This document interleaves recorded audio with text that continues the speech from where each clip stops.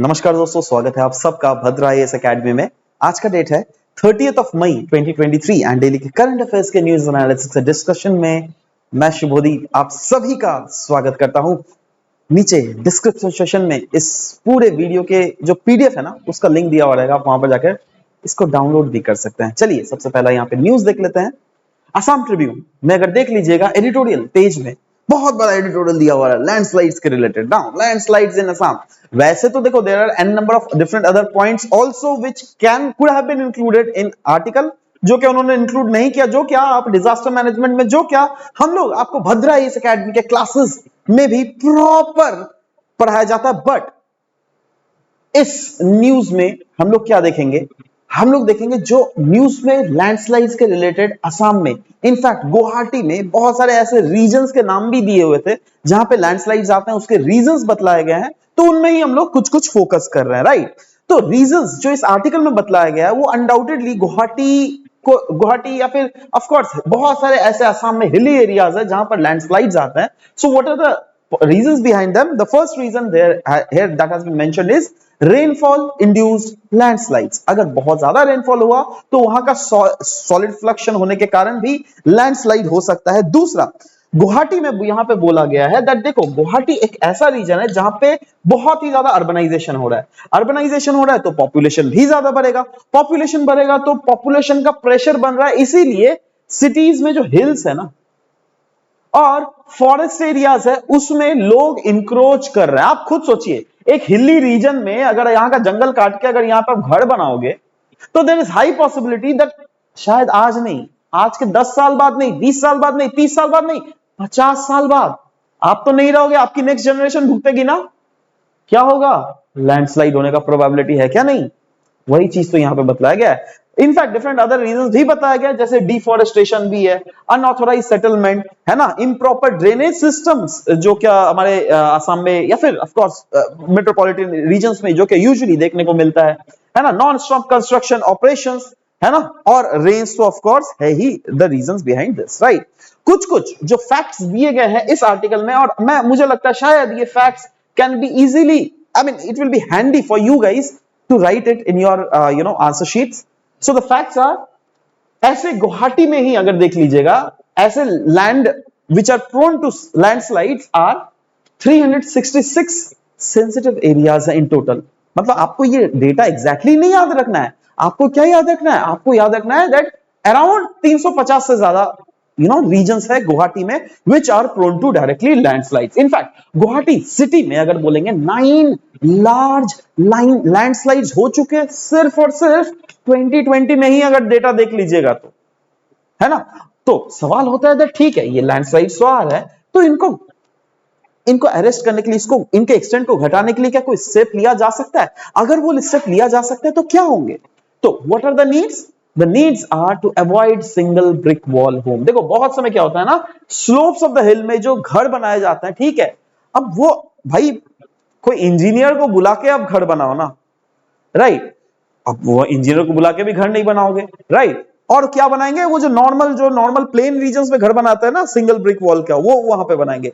अरे भाई scientifically that does not allow you to make those kind of homes there, but you are making those kind of homes. So that is one of the reason that हाँ उसको हमको avoid करने की जरूरत है, right. In fact scientific lines में हमें Holmes के कंस्ट्रक्शंस करने की जरूरत है।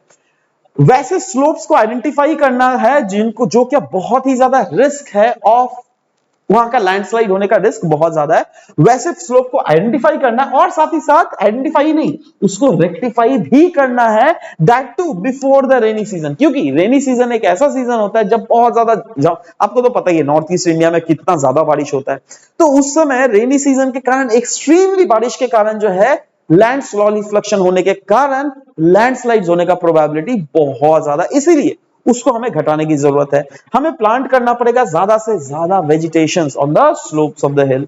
साथ ही साथ हमें टेक्निकल प्रोसीजर्स अपनाने पड़ेंगे in order to repair any slope that is greater than 20 degree in angle। अगर कोई स्लोप जिसका 20 डिग्री इन एंगल से अगर ज्यादा ग्रेटर है ना, तो उस टाइप के स्लोप्स में हमें मेक श्योर करना पड़ेगा दैट टेक्निकल प्रोसेस के साथ अगर उस स्लोप्स को हमें रिपेयर करने की यहां पर बहुत ज्यादा जरूरत है। ठीक है, आशा करता हूं अंदर ये समझ में आया होगा। चलो अब दूसरा हम लोग देख लेते हैं regarding global green house gas watch, that is G3W। ये है क्या? देखो recently 19th world meteorological Congress ने अप्रूव किया है फाइनली ये G3W, that is global green house gas watch, जो क्या एक green house gas monitoring initiative है। ये क्या करेगी? रिड्यूस करेगी the trapping gas and combat climate change. तो इसका मेन एम क्या है? इसका मेन एम यही है दैट एक इंटरनेशनली कोऑर्डिनेटेड मॉनिटरिंग किया जाए green house gases, different other region of world से ग्रीन हाउस गैसेस निकलते हैं, तो क्यों ना उनका डायरेक्टली मॉनिटर किया जाए। तो वही उसी के तहत ये एम लाया गया है। और इससे हेल्प किन किन को मिलेगा? वैसे ऑर्गेनाइजेशंस को, वैसे स्टेक होल्डर्स को मिलेगा जो क्या क्लाइमेट से लड़ने के लिए तत्पर है, जैसे various organisations, various international organisations, right. उसके बाद यूएनएफसीसीसी के पार्टीज को, ऑफ कोर्स इससे क्या होगा, फ्यूचर में कुछ एक इनिशिएटिव ज्यादा लिया जा सकता है, राइट। इनफैक्ट अगर ग्रीन हाउस, देखो 2016 का ये रिपोर्ट है, ध्यान दीजिएगा 2016 का रिपोर्ट में क्या बोला गया? These are the reasons, electricity, transport, manufacturing, construction, agriculture, industry, building, waste, है ना, एविएशन, शिपिंग, कौन कौन से ऐसे सेक्टर्स है जहां पर ग्रीन हाउस गैस एमिशंस ज्यादा हो रहा है, राइट। अब ये जो G3W जो वॉच बनाया जा रहा है ना, इससे क्या होगा, और भी प्रिसीजन हमें डेटा मिलेगा। कहा जा रहा है शायद अभी का डेटा जो है ना, it is based on the analysis from various reporters, but अभी जो डेटा मिल जाएगा इसके बाद, इसको बनने के बाद, इस ऑर्गेनाइजेशन के बनने के बाद, उसके बाद डेटा काफी ज्यादा प्रिसाइज होगा, not only from the sectors वहां जहां से जीएचजी का एमिशन हो रहा है, but also from the region. दुनिया में ऐसे कौन कौन से रीजन है जहां पे ग्रीन हाउस गैस का एमिशन ज्यादा हो रहा है, ये इस टाइप के एक्टिविटीज को चेक करने के लिए बहुत इंपॉर्टेंट होने वाला है, राइट। नेक्स्ट बात करते हैं हम लोग अटल भूजल योजना के रिलेटेड, राइट। नाउ क्यों न्यूज में था डाउन टू अर्थ में? क्योंकि national level steering committee of the Atal Bhujal Yojana, जो क्या चेयर किए जा रहे हैं by secretary of department of water resources, उन्होंने डिसाइड किया है दैट इस अटल भूजल योजना को हम लोग कंटिन्यू रखेंगे। कब तक? 2027 तक। ये कब तक कंटिन्यू रहने वाला था? 2025 तक, बट 2 साल उसका बढ़ा दिया गया है। तो सवाल होता है ये किस टाइप का स्कीम है भाई? देखो ये एक सेंट्रल सेक्टर स्कीम है जो क्या सस्टेनेबली मैनेज करता है ग्राउंड वाटर को विथ व्हाट? कम्युनिटी पार्टिसिपेशन, है ना, विथ व्हाट? Water budgeting. मतलब अल्टीमेटली इस सेंट्रल सेक्टर स्कीम तो समझ गए, 2 स्कीम होता है, एक सेंट्रली स्पॉन्सर्ड स्कीम जिसमें सेंट्रल गवर्नमेंट कुछ पैसा देता है, स्टेट गवर्नमेंट कुछ पैसा देता है, एक होता है सेंट्रल सेक्टर स्कीम जिसमें सारा पैसा सेंट्रल गवर्नमेंट देता है, राइट। तो ये सेंट्रल गवर्नमेंट सेक्टर की स्कीम है जिसमें सारा पैसा सेंट्रल गवर्नमेंट देगा, और ये सस्टेनेबली मैनेज करता है ग्राउंड वाटर को। कैसे? खुद से नहीं, गवर्नमेंट के थ्रू ही नहीं, बल्कि गवर्नमेंट तो अपने एफर्ट देंगे ही, बट वहां के जो लोकल कम्युनिटीज है उनका भी पार्टिसिपेशन बहुत ही अनिवार्य है। साथ ही साथ वाटर बजटिंग किया जाएगा, दैट किस किस सेक्टर में कैसा कैसा वाटर खर्च होगा उसका प्रॉपर बजटिंग करना। Preparation and implementation of gram panchayat wise water security plans, मतलब gram panchayat wise water security plans को इंप्लीमेंट करवाना है। Smart water management, smart water management मतलब क्या? जैसे स्मार्ट वॉच होता है ना, ये सब स्मार्ट वॉच क्या होता है? आप जितना चल रहे हो आपके स्टेप्स को काउंट कर लेता है ना, समझ रहे हो? वैसे ही यहाँ पे स्मार्ट वाटर मैनेजमेंट के बारे में बात बोला जा रहा है, दैट स्मार्ट वाटर मैनेजमेंट अगर रहेगा तो आप कितना वाटर खर्चा कर रहे हो, समय के साथ साथ आपका कितना वाटर यूजेजेस हो रहा है, उन सारा डेटा आपको इसके थ्रू मिलेगा, स्मार्ट वाटर मैनेजमेंट के through, right. So it will reduce water demands in irrigation as well. All इससे इंप्लीमेंट किया जा सकता है एफिशिएंट वाटर टेक्निक्स। अगर हम इस्तेमाल करें तो ऑफ कोर्स वाटर के यूजेजेस को बहुत हद तक घटाया जा सकता है, and that is what the aim of Atal Bhujal Yojana as well. इस योजना के बारे में अगर और भी थोड़ा डिटेल से हम लोग अगर डिस्कस करें तो यस, इसको लॉन्च किया गया था 2020 को। मिनिस्ट्री, किस मिनिस्ट्री के अंदर? मिनिस्ट्री ऑफ जल शक्ति के अंडर। इसका फंडिंग जो है government of India and world bank 50-50 basis पे कर रही है। एंड पार्टिसिपेटिंग स्टेट्स कौन कौन है, सिलेक्शन क्राइटेरिया, कौन कौन से स्टेट्स को इसमें पार्टिसिपेट करवाया जाएगा, उसके लिए कुछ कुछ क्राइटेरियाज है। On the basis of ground water exploitation, degradation, land and regulatory instrument, institutional readiness, experience in groundwater management initiatives। तो ये सब सेक्टर को देखकर ही दैट वहां पे ग्राउंड वाटर एक्सप्लॉयटेशन कैसा है, उनका उन स्टेट्स का एक्सपीरियंस कैसा है, उसके बेसिस पे ही इन स्टेट्स को बेसिकली चूज किया गया है। इसका main focus area again and again I am telling you, Atal Bhujal Yojana का over exploited and water stressed area को फोकस करना है, और वाटर कंजर्वेशन इंटरवेंशंस भी करना है, जिसमें मेन जो फोकस रहेगा वो है डिमांड साइड इंटरवेंशंस, जहां पर जैसे वाटर कहां पे ज्यादा खर्चा किया जाता है पता है आपको? एग्रीकल्चर सेक्टर में, वो सरफेस वाटर की बात करें या फिर ग्राउंड वाटर की बात करें, दोनों में एग्रीकल्चर सेक्टर में सबसे ज्यादा वाटर का इस्तेमाल किया जाता है, राइट? तो डिमांड कहां पर है? एग्रीकल्चर सेक्टर में। तो यहां पे क्या बोला गया, कैसे इंटरवेंशन हम लोग करेंगे? Demand side intervention, that is जहां पर डिमांड क्रिएट हो रहा है उसी को आप वो रोको, राइट? आप इनको कैसे रोकोगे, कैसे रिड्यूस करोगे वाटर डिमांड इरिगेशन? जैसे किसानों को जैसे हम लोग सब्सिडी प्रोवाइड कर रहे हैं ना, क्यों ना उस सब्सिडी को घटा दे, क्यों ना घटाओ, नहीं क्यों ना उस सब्सिडी को रैशनलाइज करो, क्यों ना किसानों को बोला जाए दैट देखो भाई आपका तो 1 एकड़ लैंड है तो आपको सिर्फ इतना ही सब्सिडी प्रोवाइड किया जाएगा, किसी का अगर 2 एकड़ लैंड है उसको थोड़ा ज्यादा सब्सिडी प्रोवाइड करो, समझ लो मेरे बात है ना? तो इस टाइप से हमको सब्सिडी प्रोवाइड करना पड़ेगा। परफॉर्मेंस बेस्ड इंसेंटिव्स बोला जा रहा है, state performing well can receive additional incentive funds as well, और इसका मॉनिटर और इवैल्यूएशन भी किया जाता है। कैसे किया जाता है? प्री डिफाइंड टारगेट्स रखे गए हैं जिसको हम लोग बोलते हैं डिस्बर्समेंट लिंक्ड इंडिकेटर्स।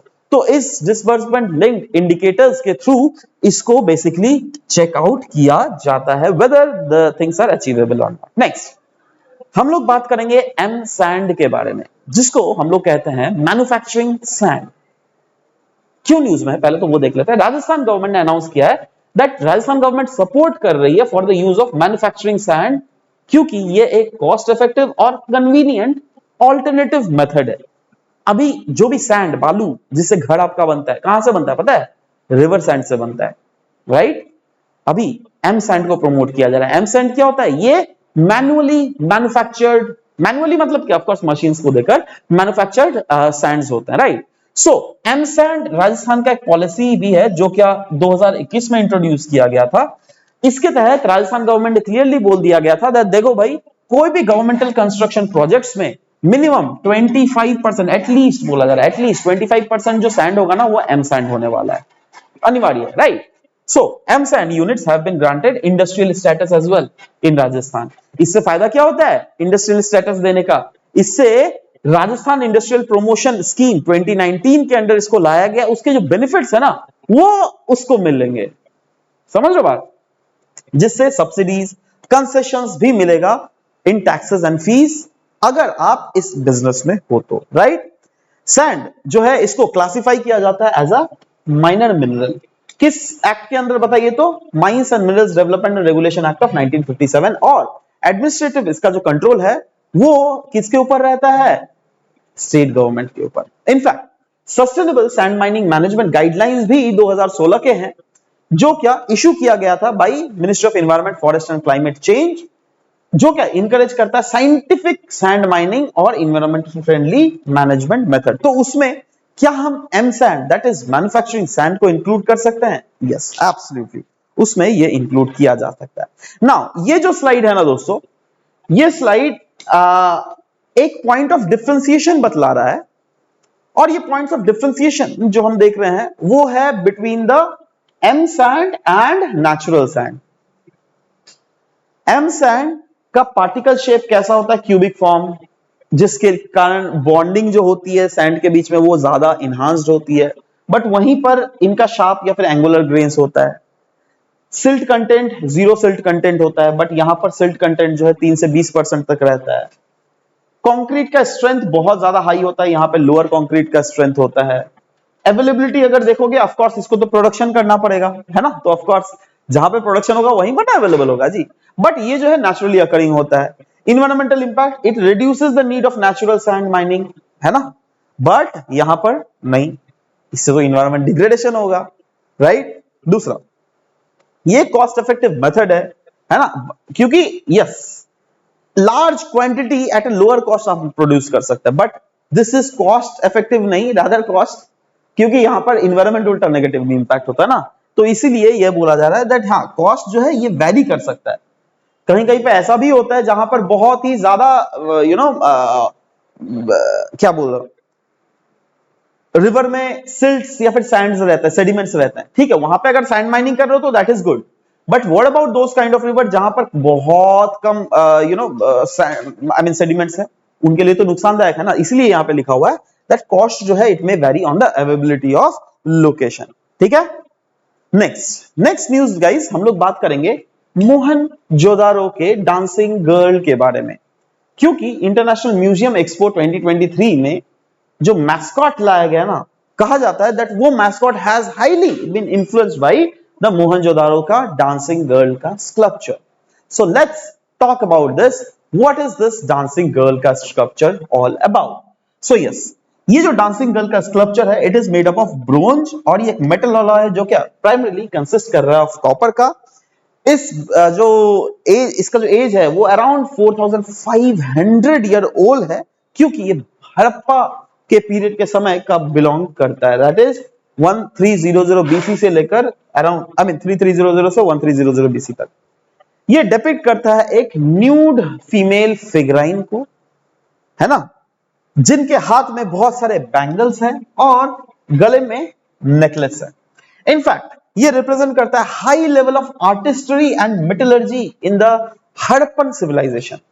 क्योंकि सोचो, हड़प्पन सिविलाइजेशन भाई कितना पहले, तब के समय इतना, मतलब of course this is not 100% perfect I would say, but तब के समय में भी अगर ऐसा फिगराइन बनता था, तब तो कोई हाई क्लास मैन्युफैक्चर्ड चीजें तो नहीं होती थी, high class machines, but still they have been able to make this. किस टाइप, कौन सा टेक्निक बताओ तो, नीचे कमेंट सेक्शन में. हिस्ट्री बुक में तो पढ़ी होगे ना, एक समथिंग वैक्स टेक्निक है, आपको पूरा बताना है, नीचे कमेंट सेक्शन में लिखना, ठीक है? I check.